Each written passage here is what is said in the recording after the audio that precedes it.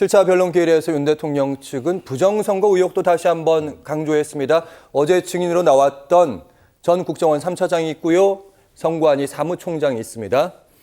먼저 백종욱 전 국정원 3차장.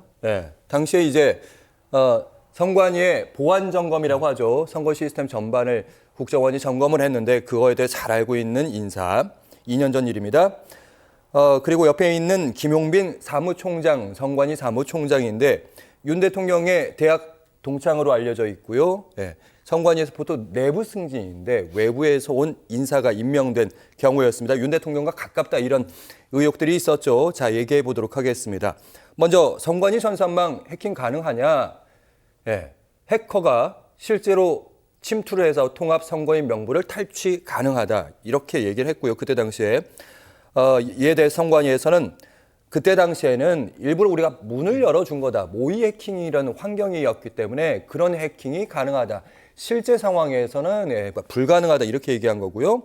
그리고 가짜 투표지 등 그러니까 선거 투표함에 가짜 투표지가 뭉텅이로 발견됐다는 그 의혹 그 부분에 대해서 이제 윤 대통령도 본인도 일단 얘기를 했는데 그래서 이제 온라인 같은 데 보면 한 장에 30원짜리 가짜 투표지가 놔둔다는 거 아닙니까? 실제로 이렇게 의혹을 제기했는데 일단 국정원에서 당시에 봤더니 투표한 사람을 투표 안 하게 할 수도 있었고 안 한 것처럼 만들 수도 있었고 그리고 이재명 찍은 사람을 윤석열 만들 수도 있었고 윤석열 찍은 사람을 이재명 만들 수도 있었다. 기술적으로는 가능했다 이런 얘기고 여기에 대해서 성관이 사무총장은 법원에서 몇 번을 이제 판결을 했는데 가짜 투표지는 한 번도 발견이 된 적이 없다. 그리고 부정선거 가능성 당시에는 쭉 봤더니 부정선거까지 볼 만한 증거는 없었다는 게 국정원의 얘기인 거고요. 여기에 대해서 사무총장 역시 부정선거는 없다. 이게 대법원의 결론이다. 이렇게 얘기했습니다. 최진봉 교수님, 국정원 3차장의 얘기 그리고 중앙선관위 사무총장의 얘기 어떻게 보셨는지. 충돌되는 점이 앞에 두 개고요. 마지막 부분은 거의 동일해요. 무슨 말이냐면 일단 그 윤석열 대통령 쪽에 편을 듣는 듯한 그런 발언을 했던 사람도 마지막에 뭐라 그럽니까? 그러니까 부정선거는 점검 대상 아니었다고 그랬어요. 분명히 그렇게 얘기했죠. 또 하나, 외부에서 전산망을 침입한 흔적은 발견하지 못했대요. 그러니까 지금까지 부정선거를 주장하는 사람들이 중국의 해커가, 북한의 해커가 전산망에 들어와가지고 그걸 뭐 해킹을 했다 이렇게 주장을 하죠. 그거 아니라고 분명히 얘기했어요. 이 부분은 논란이 되면 안 돼요. 국정원에서조차. 국정원에서조차. 어제 홍 처장이 와가지고 백 처장이 와서 그런 얘기 한 거 아닙니까? 이건 명확한 거예요. 그리고 말씀하신 것처럼 기본적으로 처음에 그 해커가 들어올 수 있다고 얘기했던 것은 국정원에서 풀어줬기 때문에 그런 거예요. 만약에 처음에 시도를 했는데 안 되니까 국정원에서 좀 풀어달라고 요청을 한 거잖아요. 맞아요. 모의 실험이니까 해보자. 그래서 풀어줬더니 들어간 거예요. 그러면 이게 말이 되는 겁니까? 그럼 막아놓으면 안 된다는 거잖아요. 결국은 그 논리 자체는. 그리고 지금 김용빈 사무총장 같은 경우에 뭐라고 그러냐면 가짜 투표지 얘기해서 실제 재검표 손으로 다 해봤는데 가짜 투표지 없었다잖아요. 그러니까 부정선거는 없었던 거예요. 결론적으로 얘기하면. 부정선거가 없었다는 건 양측 다 동일한 주장이에요. 그런데 이걸 가지고 부정선거가 있다고 주장하는 저 주장이 말도 안 된다는 주장이고 심지어 김용빈 이 사무총장은요. 윤석열 대통령이 임명한 사람이에요. 본인 대학교 동창이시고요. 이분이 나와서 이런 얘기를 하잖아요. 근데 어떻게 이걸 가지고 부정선거가 있다고 주장을 하고 저는 이런 식으로 해서 자신의 계엄을 정당화시키려고 하는 윤석열 대통령의 태도 자체가 대단히 저는 실망스럽고요. 국민들이 볼 때도 아니 여러 번 대법원에서까지 다 검표해서 재검표했는데 문제 없다. 즉 부정선거 없었다고 결론을 내린 거잖아요. 그렇다고 하면 그건 받아들여야죠. 이렇게 하면 그럼 계속 이렇게 우겨대면 사실이 아닌 내용이 사실인 것처럼 변질될 수 있고 그것이 국민적 혼란을 불러오는 거 아닙니까? 이걸 통해서 뭘 얻겠다고 하는지 제가 잘 모르겠고요. 이런 주장은 헌재에서도 받아들이기 어려운 주장이다. 이런 생각이 듭니다. 이종훈 평론가님, 최진봉 교수님의 말씀이 이제 두 인사다 증인 결론적으로 이제 부정선거는 없었다. 가치 중립적으로 얘기하면 부정선거 증거 전혀 없다. 이렇게 여러 번 확인해 줌에도 불구하고 해킹 흔적도 발견하지 못했다. 심지어. 거기까지는 이제 공통된 거죠. 그런데 백종욱 그 전 차장이 점검을 했던 시기가 이제 2023년이죠. 그러니까 여름부터 가을까지 점검을 했고 이제 10월 달에 이제 다 종결을 하면서 점검 보고서가 나오고 이제 그랬던 걸로 알고 있어요. 그때 이제 점검 결과 받은 점수가 뭐 30 몇 점이라 하더라고. 31점인가 뭐 그랬다 해요. 그러니까 이건 외부에서 이렇게 해킹하려고 했을 때 굉장히 취약하다 하는 게 이제 그때 이제 확인이 그렇죠. 된 지적 거고. 사항이죠.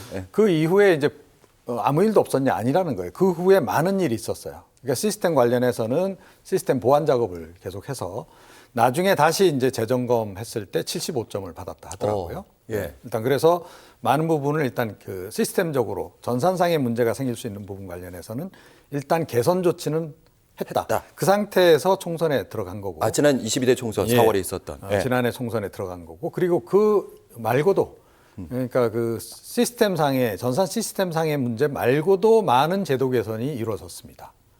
제가 알기로는 이 김용빈 차장이 사무총장이 윤 대통령보다는 이상민 전 행정부 장관하고 좀 교분이 있는 걸 알고 있어요. 예. 이상민 전 장관이 판사 출신 아닌가요? 예. 그래서 그쪽에서 아마 엄청난 요구를 많이 했던 거로 이제 보도가 일부 나오기도 했었어요. 그래서 뭐 사전 그 투표함 그 관련해서 CCTV도 더 설치하고 24시간 공개하는 거라든가 또 검표 표 다 이제 이렇게 이제 투표 분리기가 다 분리하고 나면 그게 이제 뭐 잘못되면 안 되니까 그걸 검표로 해서 검표지에 도장 찍는 게 있어요. 예.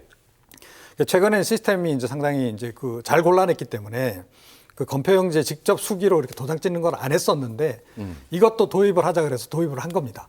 그러니까 사실상 거의 수검표고 그렇죠. 수검표 중에서도 아주 철저한 도장까지 찍는다. 예. 그래서 지난 총선 때 개표가 늦어진 거거든요. 예. 아하. 그런 조치까지 다 했는데 이거 사전 이게 부정선거라고 얘기하니까 예. 이 사무총장 입장에서는 굉장히 억울한 거죠. 네. 이종일 평론가께서 말씀하셨는데 잠깐 좀 시간을 드린 측면에서 최진봉 교수님 마지막으로 이 부정선거 얘기를 한 번 더 짚어보긴 해야 될 것 같긴 합니다. 이렇게 뭐 대법원도 얘기하고 방금 이종훈 평론가께서 서버도 교체했다고 그러고 거기다 수검표도 다 도입했는데 아무리 이렇게 아니다 해도 점점 더 퍼지고 있고 좀 더 뭐랄까요 부정선거를 믿는 분들이 좀 더 늘어가고 있다는 인상도 없지 않아 있습니다. 그러니까 사실은 이게 극우 유튜버들의 장난이고 또 하나는 윤석열 대통령 책임이 있다고 저는 생각해요. 아니 대통령이 돼가지고 저기서 저런 말을 하니까 윤석열 대통령 지지하는 사람들 입장에서는 대통령 정도 얘기하면 사실이지 않을까 이런 생각이 들지 않겠어요?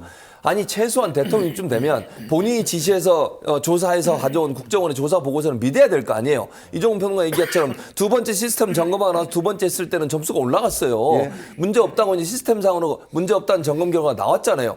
그럼 그걸 받아들이고 다시는 그런 얘기를 하면 안 돼요. 지금 보세요. 헌재 와가지고 또는 본인의 형사재판 관련해서 변호인들이 부정선거 얘기 계속 해대잖아요. 이러니까 집회에 나오거나 아니면 윤석열 대통령을 아직도 지지하고 있는 많은 사람들은 대통령이 저 정도 얘기할 거면 분명히 문제가 있다 이런 생각을 하는 거예요. 그게 문제라니까요. 이렇게 확산되고 퍼지는 이유가 대통령이 나서가지고 그건 아니다. 또 국민의힘도 마찬가지예요. 명확하게 선을 안 거예요. 부정선거에 대해서 의원들 개인 의견이라고 하지만 거기 나와서 부정선거 있다고 계속 얘기하는 사람들 많이 있잖아요. 아직도. 예. 그러면 국민의힘에서 단속을 해야 될 거 아닙니까?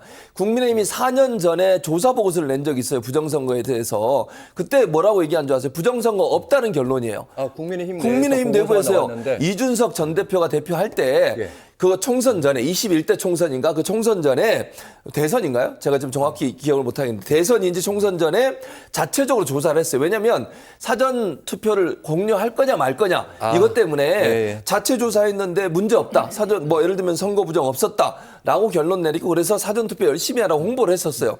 그때는 왜 그랬어요? 그러면 윤석열 대통령도 두 번 다 사전 투표했습니다. 본인이 그러면 선거 부정이 있었다고 하면서 왜 사전투표 하는 거죠? 지금 선거 부정의 가장 큰 문제라고 주장하는 게 사전투표잖아요, 지금. 근데 그때도 대통령도 두 번 다 사전투표 했고요.